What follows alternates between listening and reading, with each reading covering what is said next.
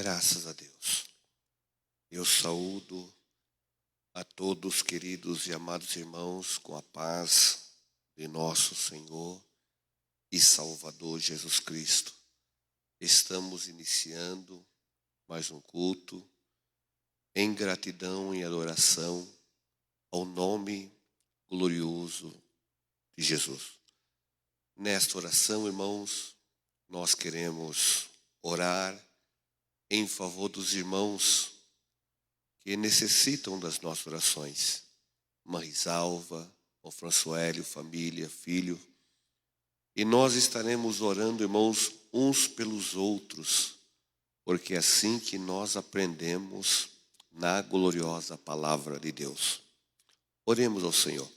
Querido e eterno Deus, Pai de nosso Senhor e Salvador Jesus Cristo, nesta noite queremos agradecer pela salvação da alma, pelo perdão dos nossos pecados.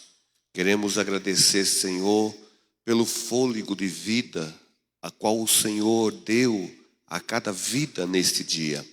Venha nos abençoar, venha visitar os leitos de hospitais, venha curar as enfermidades, se for da tua vontade, querido Jesus, também os lares que estão enlutados. Que o teu Espírito Santo, consolador da nossa alma, venha, Senhor, consolar a cada família, cada coração, pois sabemos que se aproxima o dia do arrebatamento da tua igreja.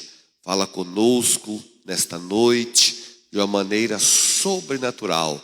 Nesse momento, nós estaremos ouvindo a tua gloriosa palavra. Sê conosco, abrindo as janelas dos céus e depositando a tua bênção sobre cada irmão em seu lar, cada internauta que estarão ouvindo a tua gloriosa voz. Espírito Santo de Deus, abençoa-nos, é o que nós te pedimos em nome de Jesus. Amém. Queridos irmãos, sem mais delongas, nós estaremos ouvindo a palavra de Deus. Pastor César, ele vai nos transmitir, irmãos, a gloriosa palavra de Deus nesta noite.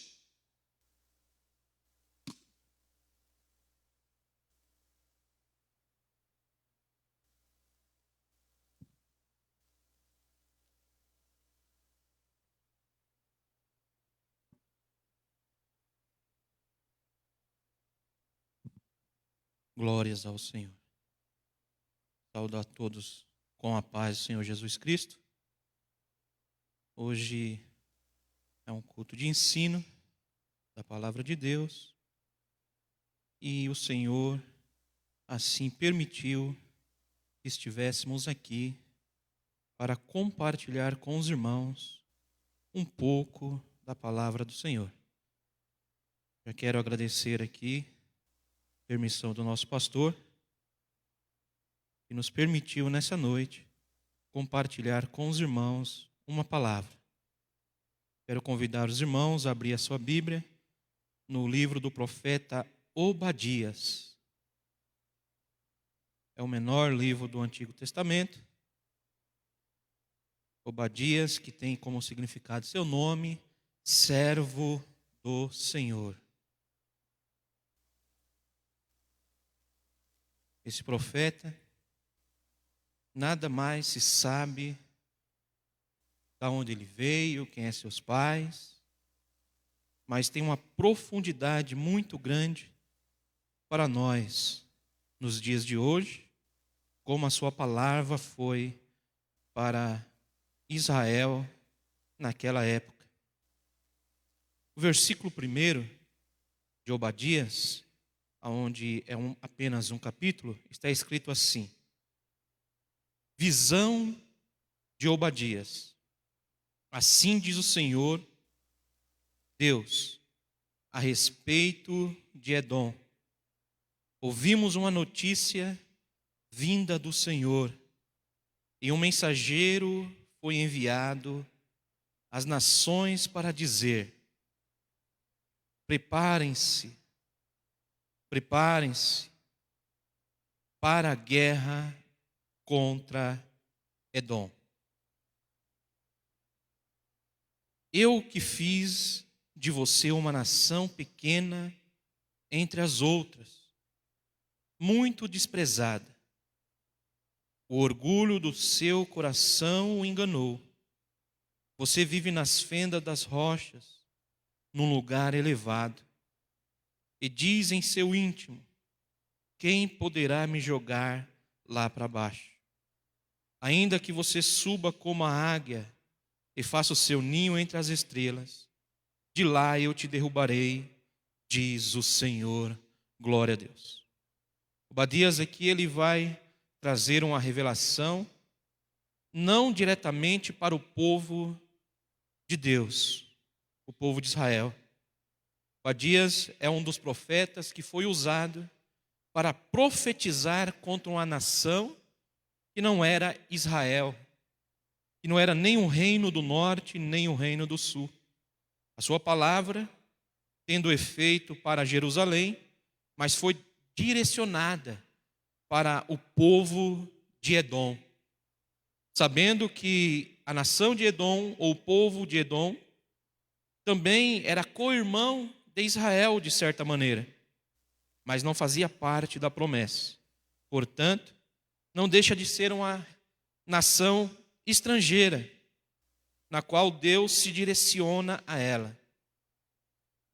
Só que o profeta Obadias, ele começa dizendo assim: assim diz o Senhor esta visão a respeito de Edom. A primeira coisa que nós vamos aprender com esta mensagem é que Obadias está falando que esta visão, que essa palavra, ou que esta mensagem não vem dele, mas vem do Senhor Deus. É a primeira coisa que esse profeta começa a descrever nesta palavra, direcionada à nação, ao povo de Edom. Ele não chega lá dizendo que essa palavra era dele mesmo, nos deixando também já uma lição para os dias de hoje, para aqueles que fazem uso da palavra de Deus em todos os momentos ou circunstâncias. Porque nós mesmos, diz Paulo, que somos uma carta aberta, para que todos leiam e venham observar a nossa conduta. Então, tudo que é relacionado à palavra de Deus, ao reino de Deus, não pode ter uma fonte no profeta ou em mim mesmo, mas que essa fonte, essa mensagem, seja totalmente inspirada por Deus, ou que venha totalmente de uma revelação divina, pois existe um peso, existe uma responsabilidade muito grande. Como foi naqueles dias e é nos dias de hoje, sempre houve aqueles que eram enviados por Deus, como o Senhor sempre falou que também houve e sempre haverá aqueles que não foram enviados em seu nome, mas assim usaria o seu nome e deveríamos nós estarmos atentos. Primeira coisa também que nós vamos aprender aqui é sobre este povo Edom, que sabemos nós que vem da linhagem de Esaú. Esaú, que era irmão gêmeo de Jacó, filho do mesmo pai, da mesma mãe. Sendo assim, era para eles serem respeitosamente um para com os outros, ou uma nação para com a outra, amigas. Como o próprio Senhor revelou aos seus pais, Isaque e Rebeca, dizendo que o maior ou o mais velho serviria o menor. E sendo assim, os pais já deveriam ensinar os seus dois filhos, para que realmente fosse uma herança de alegria para os pais, fosse uma história de bênção para a humanidade, e que desses dois filhos viessem trazer grandes resultados para essa família e também para Deus no seu projeto. Deus revela a Isaque e a Rebeca que ele tem um projeto, que ele tem um plano na vida de Jacó. Desde o ventre, Deus escolheu Jacó, não por mérito de Jacó. E nós vamos ver que Paulo escreve aos Romanos falando sobre isso, que Deus escolheu ou predestinou Jacó, não por seus méritos, porque ainda o encontrava no ventre, mas o revelou aos seus pais, sabendo também que Isaac e Rebeca tiveram um casamento projetados a início no amor. Eles começaram bem o seu relacionamento, casaram por amor, receberam as instruções de Deus. Deus revelou para os dois qual era o seu projeto para com os seus filhos. E quão bom é quando Deus já revela a nós qual é os seus projetos para a nossa vida e para os nossos filhos. A partir de então, devemos alinhar a nossa família, alinhar os nossos filhos dentro de um projeto no qual Deus já determinou e muitas das vezes já revelou e já projetou para nós.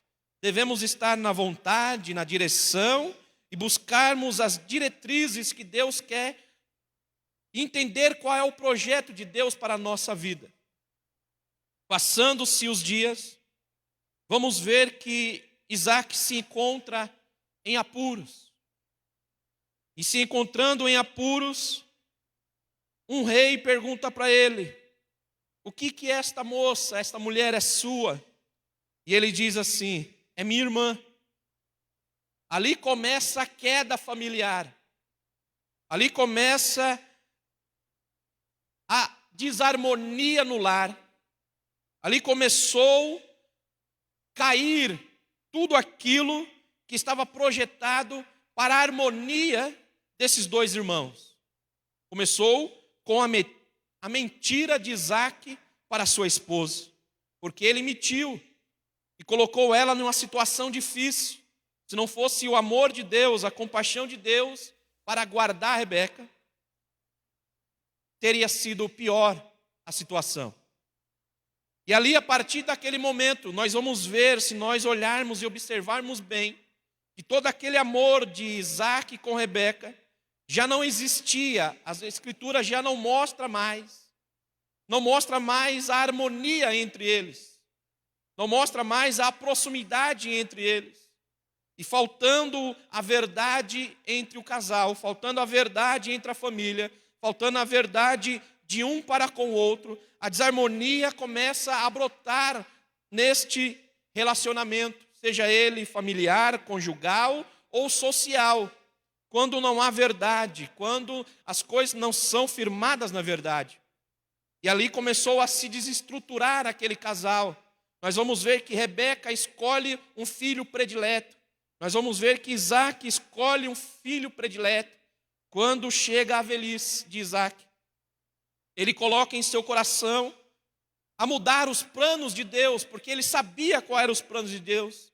Deus lá em Gênesis revelou para ele qual era o plano, qual era o projeto que Deus tinha para Jacó e que Deus tinha para Esaú.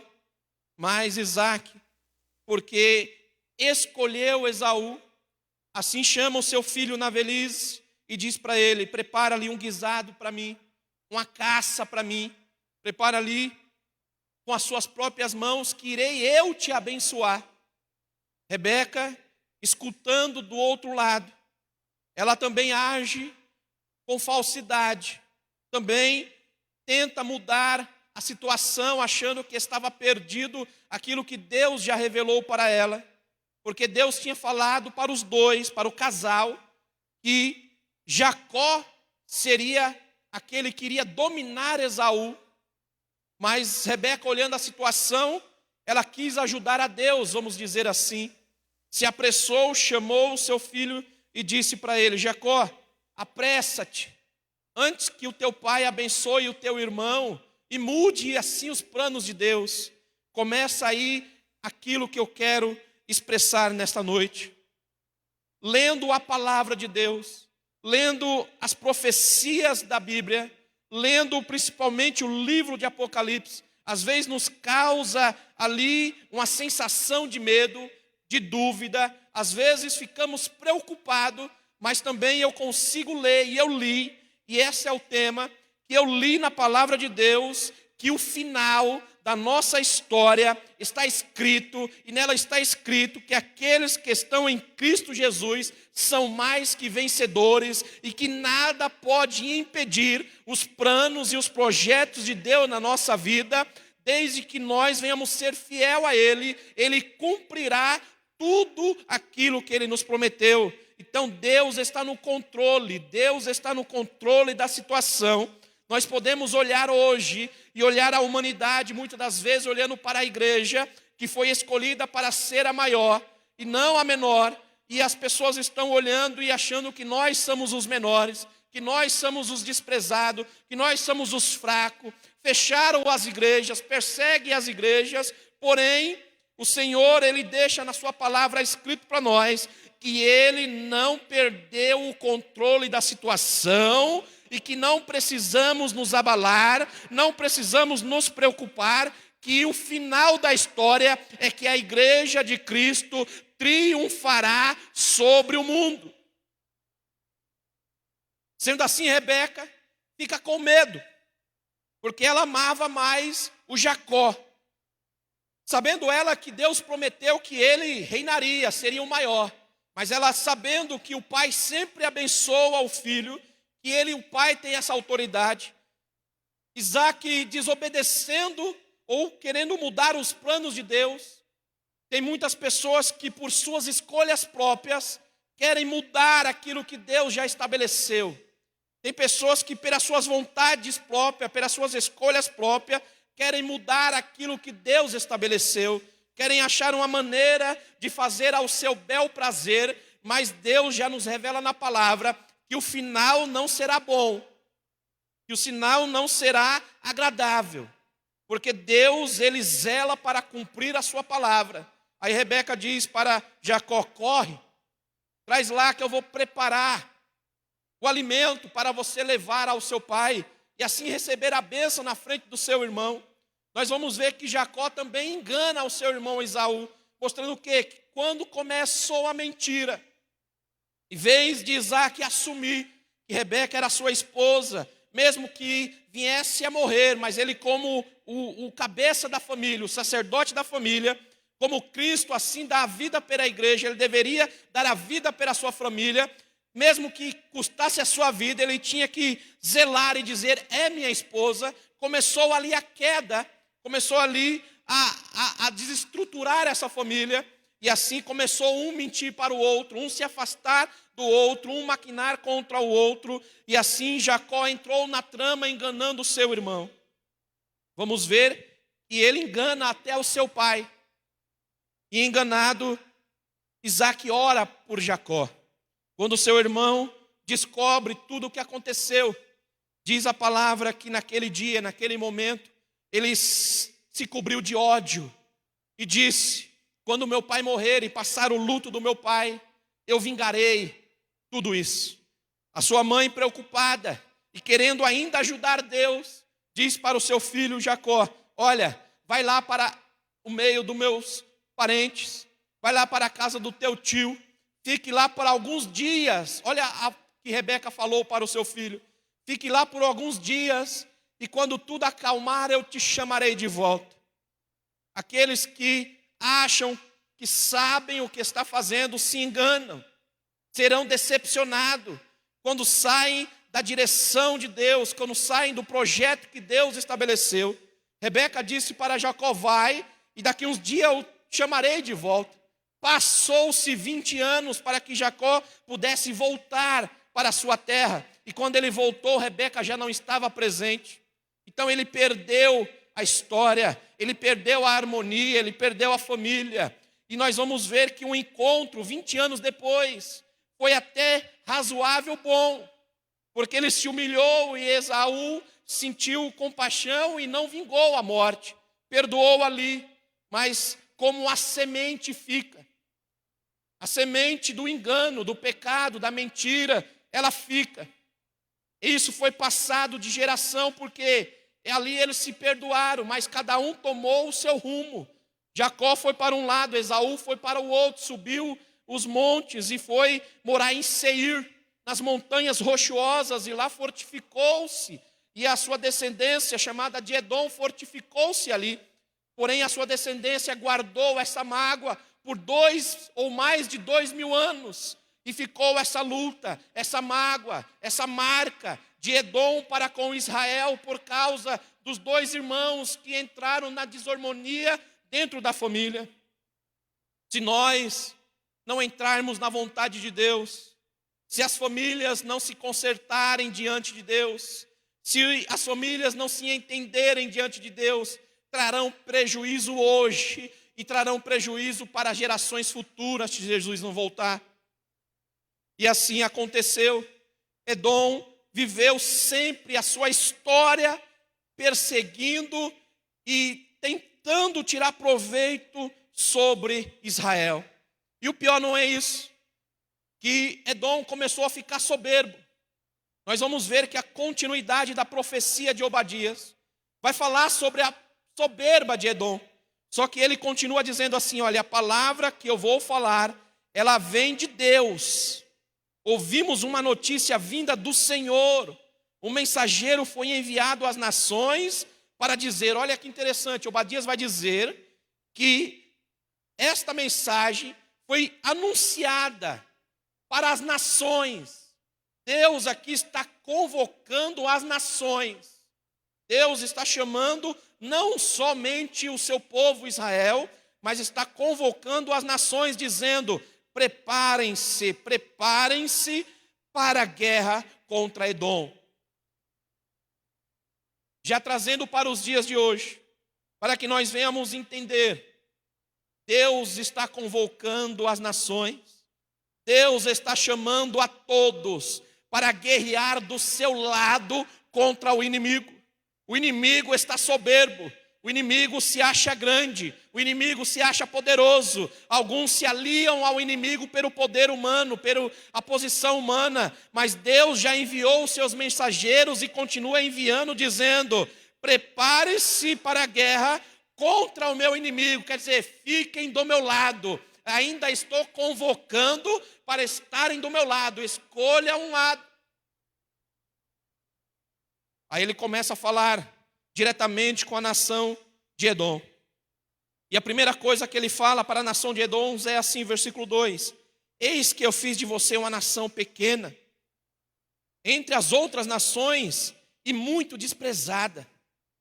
Se nós formos olhar no literal, nesse momento a nação de Edom não era pequena não. Nesse momento eles estavam fortificados nas montanhas de Seir e ali ninguém subia. Porque eles estavam entre as fendas da montanha, e se algum exército tentasse subir de lá, o seu exército os derrubariam. Então eles se achavam poderosos, eles se achavam grandes. É tanto que durante a história, nós vamos ver que Israel foi levado ao Egito, nós vamos ver que Jacó ficou lá 400 anos, 430 anos. Passado esse período, aquela semente ainda ficou, e quando Moisés leva o povo pelo deserto, encontra-se com os edonitas, e Deus diz para Moisés, Moisés, trate bem este povo, não tenha os edonitas como inimigo, porque eles são irmãos de Israel. Moisés assim obedece, Moisés chega educadamente e diz, quero passagem. Lá em Deuteronômio 23, nós vamos ver que Moisés pediu passagem, e os edomitas não deu passagem, porque eles ainda estavam rancorosos, porque eles ainda desejavam o mal de Israel. Quer dizer, o pior sentimento, eles desejavam o mal contra o seu irmão, porque Israel, mesmo assim, era irmão de Edom, e não deu passagem. Nós vamos ver que Davi cercou Edom, colocando guarnição, e o subjugou. Nós vamos ver várias vezes, uma vez Edom se aliou com Moabe, com Amon, os piores inimigos de Israel. Nós vamos ler o salmista dizendo que quando a Babilônia entrou e invadiu, pela última vez e saqueou a cidade, começou a destruir tudo. Os edomitas foram para a esquina, foram para a encruzilhada. E diz o salmista que lá o ódio deles era tão grande que eles começavam a gritar no Salmo 137, destrua eles, lance eles por terra, acabe com eles. Era um rancor, um ódio contra os seus próprios irmãos. Eles sentiam prazer em ver os seus irmãos serem subjugados por Deus. E diziam assim, é Deus que está subjugando vocês. Nós vamos ver um edomita visitando Jó. Ele era um homem de muito conhecimento e dizia para Jó, você pecou, por isso Deus está te castigando, confesse. Então eram pessoas que tinham prazer de ver os seus irmãos sendo subjugados. De fato, Deus estava tratando com Israel. De fato, Deus estava tratando com a nação de Israel. Porém, nós vamos ver que Deus está dizendo que esse sentimento ele não aceita. Deus sempre disse que esse sentimento não é nobre. E no versículo 3, Obadias vai dizer assim, o orgulho do seu coração o enganou. Você vive nas fendas das rochas, num lugar elevado, e diz em seu íntimo, quem poderá me jogar lá para baixo? Aquilo que Deus determinou, o homem não pode mudar. Deus, ele está dizendo pelo mensageiro, pelo profeta, olha, Edom, eu te fiz pequeno. Apesar de nesse momento Edom estar se achando grande, pela posição que se encontrava. Quantas das vezes o homem cai no engano, porque está passando um momento bom, porque está passando por um momento de vitórias, ele começa a ficar soberbo. E a soberba é algo perigoso. A soberba derrubou um anjo do céu. A soberba derrubou o homem na terra. A soberba tem derrubado nações. A soberba tem destruído famílias. A soberba tem derrubado governos, reinos. Porque só tem um que é grande. E o grande é o Senhor dos exércitos. Então o profeta Obadias vai continuar dizendo assim no versículo 4. Ainda que você suba como a águia e faça o seu ninho entre as estrelas, de lá eu te derrubarei, diz o Senhor. Nós vamos ver o anjo dizendo lá, através de João, dizendo ao anjo da igreja, na igreja de Laodiceia, você diz que é grande, você diz que é rico, você diz que de nada tem falta, porém aconselho-te, o Senhor dizendo à igreja de Laodiceia, aconselho-te que compre vestes de mim, para que vista-se, porque não sabes tu que és pobre, miserável e que estás nu? Aconselho que compre de mim colírio para que vejas. A soberba, a ganância, o poder humano, o dinheiro, a posição, os anéis, o diploma, tem feito o homem se equivocar naquilo que Deus quer para a sua vida. E o homem começa a buscar com o seu conhecimento, com as suas forças, achando que ele pode chegar aonde Deus não estabeleceu para que ele chegue. Achando que pode impedir que alguém chegue aonde Deus determinou que ele chegaria. Foi assim que Isaac quis fazer. Deus falou que o Jacó seria maior, mas ele quis mudar a bênção. Foi assim que Rebeca pensou que Deus estava perdendo o controle e tentou dar uma ajuda e trouxe grandes problemas e prejuízos para essa nação. Passados-se muitos anos depois, nós vamos encontrar quando Jesus estava andando entre nós. Quando Jesus veio fazer o sacrifício visível na cruz do Calvário. Deus, ele usa o profeta Obadias para falar que se os edomitas não se arrependessem da sua soberba, Deus iria exterminar para sempre no versículo 10. Olha o que diz o versículo 10. Por causa da violência feita ao seu irmão Jacó, você ficará coberto de vergonha e será exterminado para sempre. Passado 2000 anos, Jesus apresenta-se à humanidade. Encontramos um homem chamado Herodes, edomita, o último da linhagem, porque Deus veio com um tempo destruindo, cumprindo a sua promessa. Eu quero mostrar com isso, com esse salto na história, que os anos podem passar, mas Deus não se esquece do que Ele fala. Os anos podem se passar, mas a profecia não morre quando ela vem de Deus. Quando a direção vem de Deus, quando a promessa vem de Deus, quando o projeto é de Deus, pode passar no calendário humano. O tempo que passar, vai chegar a hora de prestar contas. Os edomitas achavam que a sua posição, por fazerem aliança com todo mundo, os deixavam bem, os fazia grande. Nós vamos ver Salomão na história fazendo alianças com o governo, com reinos, achando que estava tudo bem. O seu reinado foi de paz, mas o seu final não foi legal. A história depois não foi muito bom, porque o reino de Israel se dividiu. Reino sul e reino norte. As alianças não deu certo. E Deus vai dizendo que o sentimento é a causa. O sentimento que estava no coração dos edomitas. Por quê? Porque quando a Babilônia invadiu e começou ali a saquear todas as coisas de Israel, o que os edomitas fizeram? Diz a palavra que eles foram para a esquina e todos os judeus que fugiam, os israelitas que fugiam de Jerusalém, eles matavam a espada. Os que eles não matavam, eles aprisionavam e entregavam para o inimigo, para os persas, e dizia: acabem com eles, destruam eles. E depois eles invadiram e saquearam o resto dos seus irmãos. Tem pessoas que sentem prazer em ver o outro cair. Tem pessoas que sentem prazer, tem ódio nas suas palavras. Ele entrega, ele engana, ele faz tramas, ele se assenta em mesas. Aí Deus vai dizer assim: eu estou vendo você assentado na mesa, ó nação dos edomitas. E o que Deus estava vendo? Deus continua no versículo 5 de Obadias dizendo: se ladrões o atacassem, ó Satã, se viesse de noite, como você está destruído, não levaria só os que lhe bastasse? Se fossem até você os que colhem uvas, não deixaria pelo menos algum cacho? Como foram saqueados os bens de Esaú, como foram vasculhados os seus tesouros escondidos. Olha só, todos os seus aliados, ó Edom, o empurrarão para fora do seu território.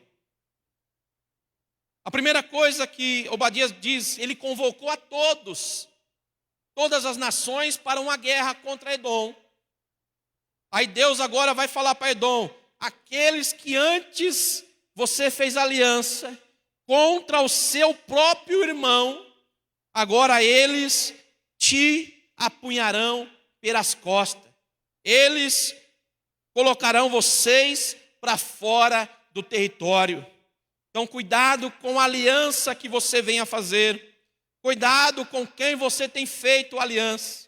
A nossa aliança, ela é única. É com o eterno, é com o Senhor, é com o poderoso, é com o dono da promessa. A nossa aliança é somente com Ele e não podemos quebrá-la. Mesmo que apareça alguma aliança notável aos nossos olhos, que pareça trazer lucro ou proveito. A aliança de Jacó com a sua mãe não deu certo. A aliança de Esaú com seu pai não deu certo, mesmo sendo pai e filho, porque a aliança maior é a que Deus tem para com a sua promessa. Aí Deus vai continuar dizendo assim: aqueles que estavam em paz com você o enganaram e prevaleceram contra você. Aqueles que sentam à sua mesa prepararão armadilha para os seus pés. E não há em Edom entendimento? Deus está dizendo: eu vou começar a tirar o entendimento de vocês. Vou começar a tirar a sabedoria de vocês. Vou começar a cegar vocês. E de fato foi o que aconteceu. Quando eles menos esperavam, estavam só, e os seus inimigos os colocaram para fora da sua cidade. E assim eles foram morar no sul da região da Arábia nos dias de hoje. E quando Jesus volta, quando Jesus está na terra, encontra eles misturados. Neemias já viu ali o início da mistura desse povo, mostrando que Deus já estava acabando com eles. Versículo 9: os seus valentes, ó Tema, ficarão apavorados, para que o monte de Esaú todos sejam exterminados pela matança. Deus está dizendo assim: você está colocando a confiança no seu exército, Edom. Você está colocando a sua confiança no seu dinheiro, Edom. Você está colocando a confiança nos seus sábios, Edom. Eu vou tirar o entendimento, eu vou tirar os sábios, eu vou tirar os valentes. Por quê? Porque Deus, Ele deixou estar na sua palavra que o princípio da sabedoria é o temor a Deus. E Edom não tinha mais temor nenhum a Deus. Por quê? Porque Edom estava dominado pelo ódio contra os seus irmãos, Israel. E Deus está dizendo em sua palavra: como pode o homem dizer que ama a Deus se aborrece o seu irmão? Deus não aceita o tal e Deus não deixa impune tal sentimento. E assim Deus determina a sentença contra essa nação de Edom. Porém o tempo se passa. Versículo 10: por causa da violência feita ao seu irmão Jacó, você ficará coberto de vergonha e será exterminada para sempre. No dia em que estranhos levarem os seus bens de seu irmão Jacó, você estava presente quando os estrangeiros entraram pelos portões e lançaram sorte sobre Jerusalém. Você mesmo era um deles. O que isso representa na época e para nós? Quando a Babilônia invadiu de fato para acabar com Jerusalém, eles estavam lá. Eles viram os seus irmãos chorando. Eles viram as mulheres chorando. Eles viram as crianças chorando. Eles viram Jerusalém sendo saqueada. Eles viram o templo sendo destruído. Eles viram os utensílios de Deus sendo levados para a Babilônia. E eles faziam o quê? Se alegravam. E pegaram a fraqueza dos seus irmãos e apunhalaram seus irmãos. Também saquearam seus irmãos. E dizia para os babilônicos: destruam eles, acabe com eles. Deus está dizendo: você viu e não fez nada. Trazendo para os dias de hoje, algumas nações perseguem visivelmente a igreja. Outras nações perseguem escondido a igreja, mas persegue. Mas Deus está vendo tudo. E Deus vai dizer: vocês estão vendo tudo. Deus está dizendo para as nações: prepare-se para a guerra contra o meu inimigo, contra Edom, contra aqueles que maquinam contra o meu povo.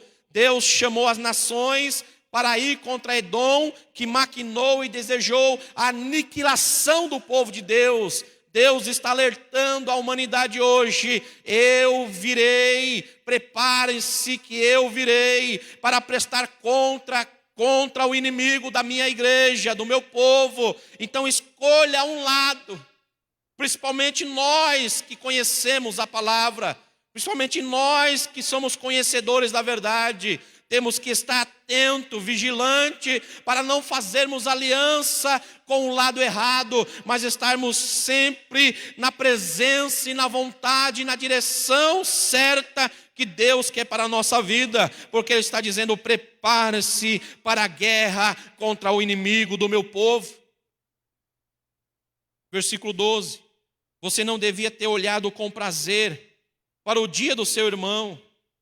Quer dizer, Deus está dizendo, eu estava julgando Israel, eu estava tratando com Jerusalém, eu estava preparando eles para o dia da vitória. Porém, vocês, vendo isso, tiveram prazer.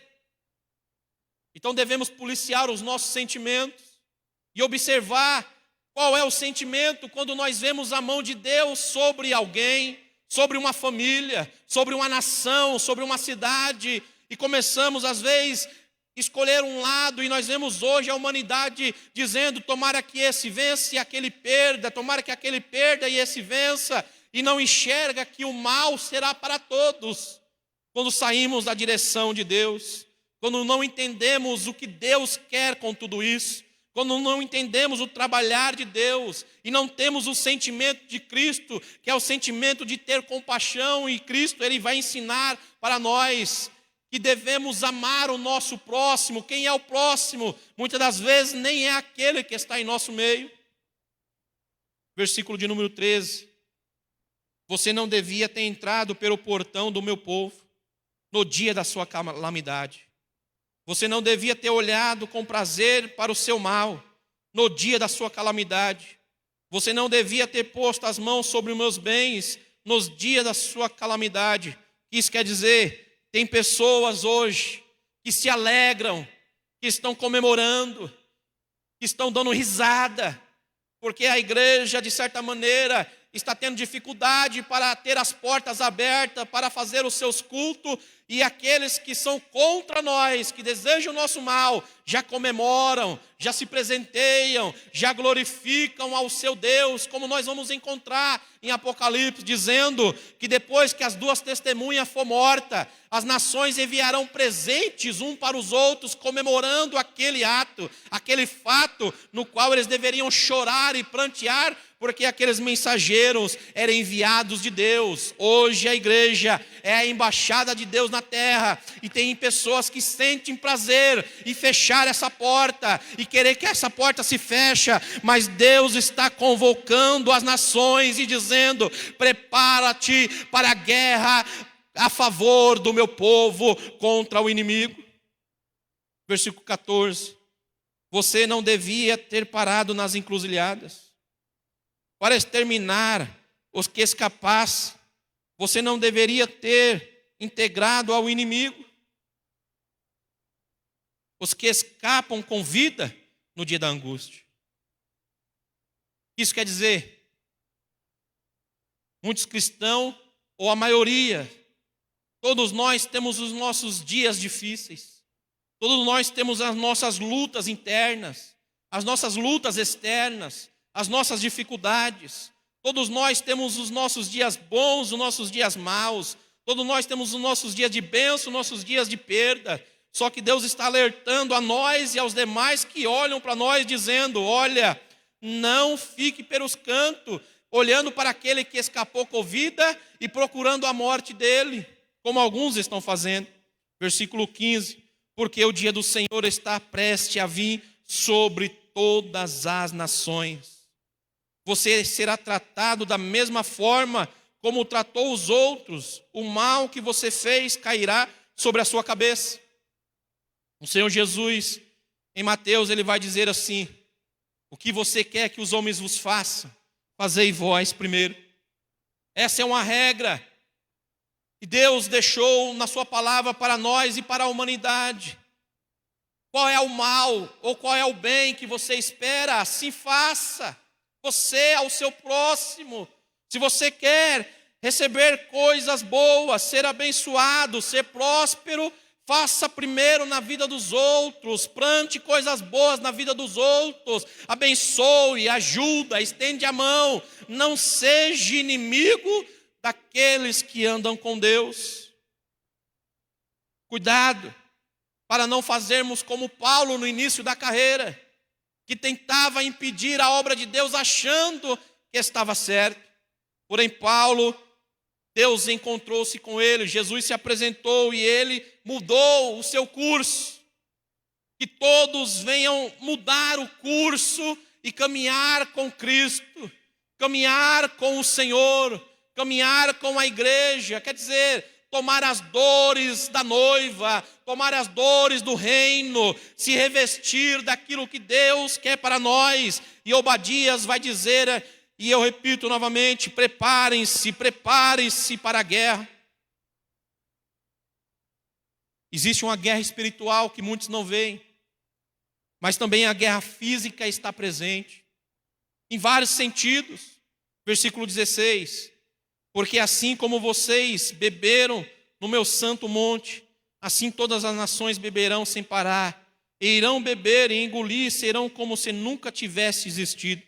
Deus está dizendo assim: olha, todas as vezes, Edom, que vocês precisaram, eu estendi a mão e vocês se alimentaram de mim, do meu monte, do meu povo, da minha presença. E agora vocês saquearam o meu santo monte. Deus está dizendo que Ele não deixará impune aqueles que causam dano à obra do Senhor, à noiva do Cordeiro, seja outras nações ou aqueles que estão em nosso meio, como Corá, Datã e Abirão. Se fizer dano, o Senhor chamará para a prestação de conta. Versículo 17. Mas no monte Sião haverá livramento, o monte será santo, e os da casa de Jacó tomarão posse da sua herança.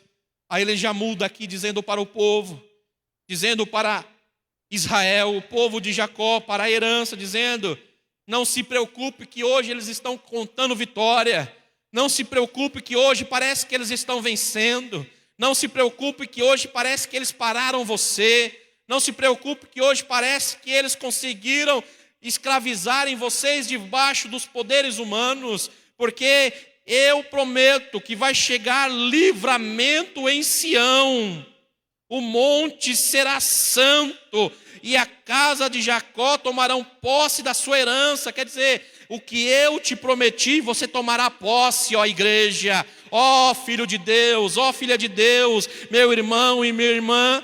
Que essa palavra alcançar a sua vida nessa noite.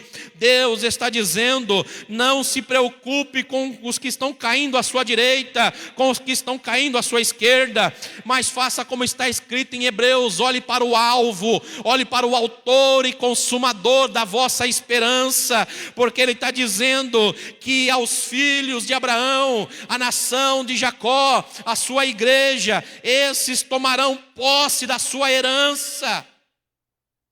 Edom estava se achando grande, mas Deus está dizendo para Edom: eu te fiz pequeno e desprezível. Você hoje é soberbo e se acha grande, mas eu acabarei com você e a minha nação tomará posse no monte do livramento. Que monte do livramento é esse? A igreja do Senhor para hoje, para nós. O Senhor tem bênção na sua casa. Olha o 18. A casa de Jacó será fogo, e a casa de José será chama, mas a casa de Esaú será palha. O fogo e a chama incendiarão a palha e a consumirão, e ninguém mais restará da casa de Esaú, porque o Senhor falou. O Senhor está falando para esse povo nessa época, e Ele está falando para nós hoje, que nós, na casa dEle, na casa do seu povo, nós seremos como fogo, como chama, e a palha é o inimigo, e colocaremos fogo neles, e eles serão desfeitos, eles serão consumidos, porque assim falou o Senhor. Glória a Deus. Versículo 21. Salvadores hão de subir ao monte Sião para o julgamento, para julgarem o monte de Esaú, e o reino será do Senhor. É isso que o Senhor fala diretamente para a igreja. O Senhor, Ele fala para a sua igreja: não se turbe o vosso coração. João 14. Não se turbe o vosso coração, credes em mim, credes também em Deus. Na casa de meu pai há muitas moradas. Se não fosse assim, eu não vos teria dito: vou preparar-vos lugar, e quando eu for, voltarei outra vez para vos buscar. Para onde eu estiver, estejais vós também. Quer dizer, Ele tem uma promessa para nós tomarmos posse. Passou-se 2000 anos. Estava lá Herodes, o último da linhagem de Edom. Os romanos dominam Jerusalém. Coloca Herodes para ser rei na Galileia. Herodes continua com aquela semente. Mais de 2000 anos passou depois da briga de Isaac, de Jacó e Esaú. Mas estava lá Herodes. Manda matar todos os primogênitos, todos os meninos.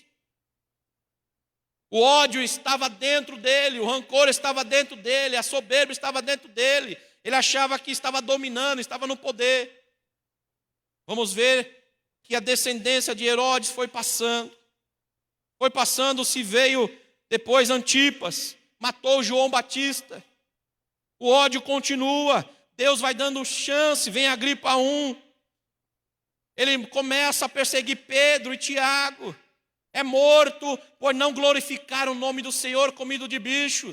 A palavra está apertando e as pessoas não estão ouvindo, não estão se convertendo do seu mau caminho, não estão deixando de querer o mal da obra do Senhor. Aí chega o seu filho, Agripa II, Paulo vai pregar a ele. Paulo prega, conta tudo o que tinha, cheio de Deus. E, em outras palavras, Agripa II sai de canto, como se dissesse, quase me convenceu, Paulo. E não aceitou a palavra de Paulo. O que aconteceu? Chega Tito, Vespasiano, e acaba com toda a linhagem de Edom. Os anos passaram, mas Deus aniquilou a linhagem de Esaú. Acabou-se. Foi 2000 anos, mais de 2000 anos de misericórdia. Jesus veio, os edomitas na família, na pessoa de Herodes, não voltaram atrás. Paulo vai lá como última chance, não voltar atrás. Deus está dando chance para as nações. Deus está dando oportunidade para a humanidade. Deus está com as portas abertas de salvação. A salvação ainda continua sendo pregada. Os profetas ainda estão aí. Paulo disse, olha, Agripa, crês tu nos profetas? E ele saiu fora. Hoje a palavra está sendo pregada, mas as pessoas não querem dar ouvido. E muito mais a responsabilidade é nossa, que conhecemos. E o Senhor está dizendo para nós, não se associeis com o mundo, nem se assente na mesa do escarnecedor. Antes, na minha lei, tenha prazer e medite nela dia e noite, porque contém nelas a vida eterna. Acharás nela força, achará na minha palavra vigor, achará na minha palavra ânimo, salvação, cura, alimento, direção, saída, solução para os teus problemas, porque a palavra nos garante que feliz a nação cujo Deus é o Senhor, feliz a família cujo Deus é o Senhor, feliz a igreja cujo Deus é o Senhor, porque tomarão posse da herança que Deus tem para eles, e nós herdaremos a promessa, porque a promessa nos diz respeito a nós, aos nossos filhos e todos aqueles que alcançar a palavra da salvação. E eu termino com a frase que eu iniciei. O final da história eu conheço. Para aqueles que estão com o Senhor, para aqueles que servem a Deus, não se preocupe com as aparências, não se preocupe com as tempestades, não se preocupe com os ventos, não se preocupe com as pestes, não se preocupe com a mortandade, não se preocupe com o inimigo, porque a palavra nos garante que no final tomaremos posse no monte de Sião da nossa herança, porque quem diz foi o Senhor. Amém.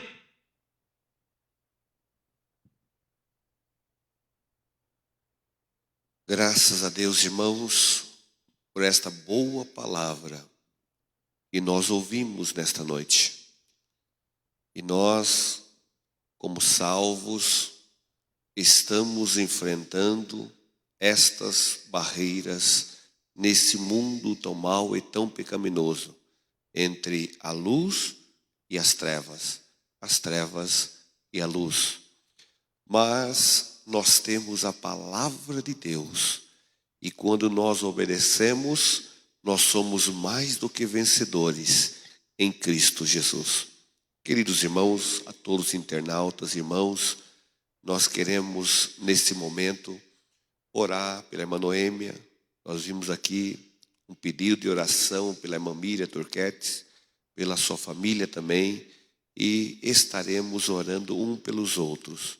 Vamos orar pela nossa igreja no Brasil, no mundo, que estamos passando, irmãos, aqueles momentos que a Bíblia diz, rumores de guerras, pais contra filhos, filhos contra pais. Estamos vivendo, irmãos, terremotos, maremotos. Estamos vivendo, irmãos, perseguição. Estamos vivendo, irmãos, os últimos dias da igreja na face da terra. E a palavra de Deus para nós, como foi dita hoje, é o Salmo 1, né? Bem-aventurado o varão que não anda segundo o conselho dos ímpios, nem se assenta na roda dos escarnecedores. Antes tem o seu prazer na lei do Senhor e nela medita de dia e de noite. Que o Senhor te abençoe, lhe dê uma semana abençoada. Sábado, permitindo o Senhor, estaremos aqui numa santa ceia, glorificando e alimentando a nossa alma. Haverá também o drive-thru aí para os irmãos, não é? Das 9 da manhã ao meio-dia, os nossos irmãos estarão aqui da assistência social, nossos irmãos estarão aqui distribuindo o kit da Santa Ceia, e à noite, permitindo o Senhor, a grande ceia para louvar e bendizer ao nome do Senhor. Tudo isso, irmãos, nós já queremos agradecer a todos os irmãos. Os irmãos que quiserem ofertar, tem o QR Code, tem o Pix aí, tenho certeza que o Senhor tocará no seu coração, pois a igreja, irmãos, ela necessita do meu dízimo, do teu dízimo, da tua oferta, das nossas ofertas. Então vamos orar ao Senhor e vamos apresentar a cada vida a este Jesus maravilhoso. Querido e eterno Deus, Pai de nosso Senhor e Salvador Jesus Cristo, queremos agradecer por essa palavra dita, Senhor, nesta noite. Abençoa cada irmão que estão em sua casa, cada irmã, cada família. Há também, Senhor, a preocupação da tua igreja. Amanhã, entra com providência da vitória, porque tu és o Deus do céu, da terra, do mar e das estrelas. Abençoa, Senhor, a todos os governantes, o prefeito dessa cidade, vereadores. Abençoa, Senhor, a todos de uma forma gloriosa. É o que nós te pedimos em nome de Jesus. Amém. Que o amor de Deus Pai, a comunhão, a consolação do Espírito Santo de Deus esteja com teu povo e todos digam amém.